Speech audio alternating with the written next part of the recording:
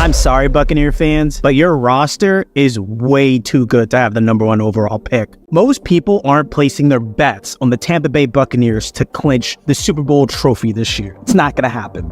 They do believe that it would take a considerable amount of luck for the Buccaneers to even win their division, as the second or even the worst team in the NFL is undoubtedly an exaggeration.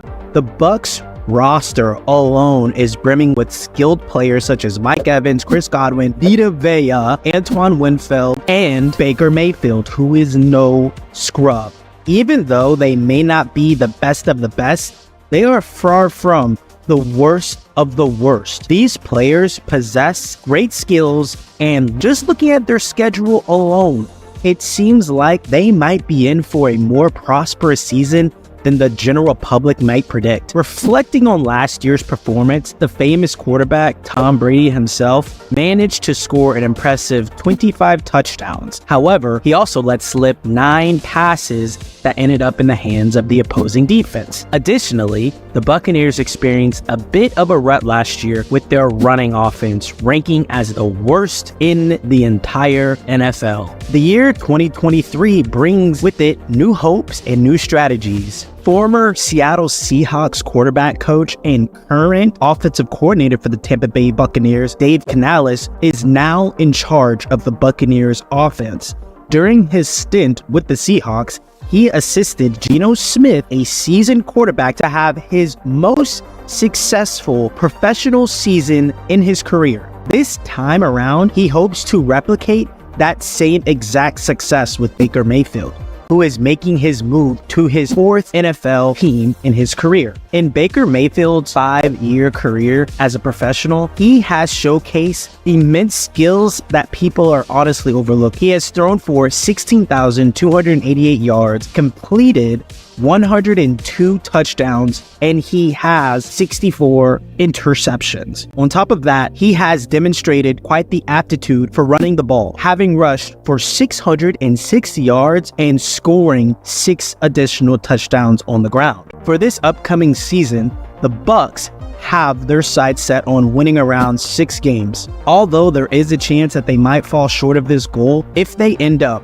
underperforming, that would just potentially get them in the best position to pick up quarterback out of USC, Caleb Williams, in the NFL draft. But there's always that unfortunate possibility, and yes, it's unfortunate, of them exceeding expectations and bagging around more wins. It's possible that the Bucs might end up drawing against each team in the NFC South, right? So the Bucs are going to be splitting with the Falcons, Panthers, and the Saints. This is all possible because it's a divisional game. They also stand a good chance of emerging victorious against teams like the Colts and the Texans. Those are 5 potential wins at the moment, and if they manage to stay on top of their game, they could also potentially generate wins from the Titans, Lions, and Bears. This is still NFL. This is still football. I don't think anyone should be penciling in the Buccaneers with a great roster that they have as the number 1 overall pick. With Tom Brady retiring, the Buccaneers are on the hunt for a new quarterback to lead this team in 2023. The 3 players that people are kind of shuffling in is Baker Mayfield, Kyle Trask, and John Wolford. Thanks to his professional experience, everyone is already penciling in Baker as the clear starter,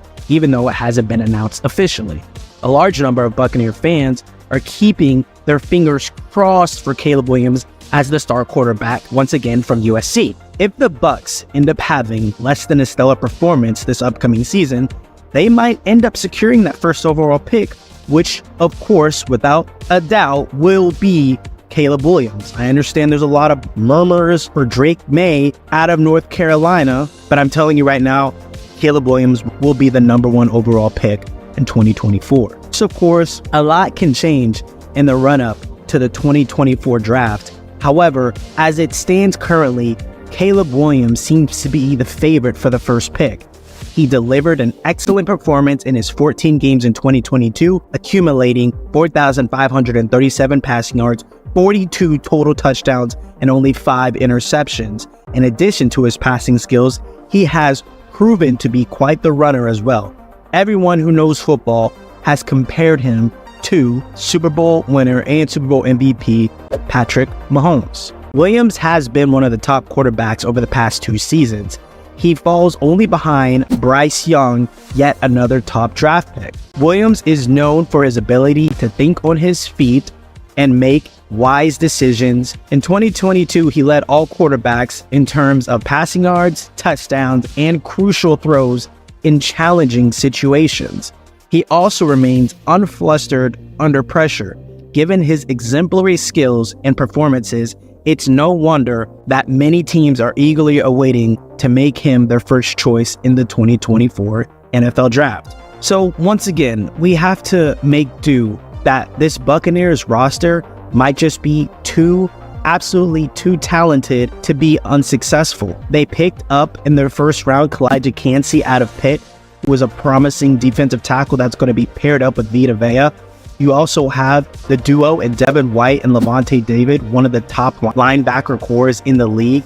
And you have veteran Antoine Winfield Jr. at your safety spot and Carlton Davis. This defense is going to be able to give the ball to the offense multiple times. And like I said before, Dave Canales, former quarterback coach for the Seattle Seahawks, is the reason of the rejuvenated career of Geno Smith. So it's going to be important to see how he performs without Canales. To now put that same quarterback presence on Baker Mayfield, I genuinely believe that the Buccaneers are going to be poised for an opportunity to be successful. They get their veteran center back in Ryan Jensen, who was not there all of last year. They pick up rookie Cody Mauch out of North Dakota State, along with their Pro Bowl left tackle Tristan Wirfs, Mike Evans, Chris Godwin, and running back Rachaad White, who definitely came within his own in the back end of the season. With all of these players, it is not wild to think that Baker Mayfield cannot be the missing piece to pull out 7 to 8 wins in a division that is not very competitive at all. The Buccaneers have a legitimate opportunity to win the NFC South. I'm actually really curious of what you think, though, Buccaneers fans. Do you want to tank for Caleb Williams? Or do you want to have an opportunity to win the division in a very, very weak NFC South overall year? Let me know in the comments, because the way I see things right now, this Buccaneers team is trying to win. They're not thinking about Caleb Williams. The Buccaneers are not thinking about the NFL Draft. The Buccaneers are definitely thinking about making a run this season into the playoffs, and their sights are set on winning a Super Bowl again. There are too many veterans and too many people who have tasted victory for that to just vanish with or without the greatest quarterback of all time, Tom Brady. Like, comment, subscribe.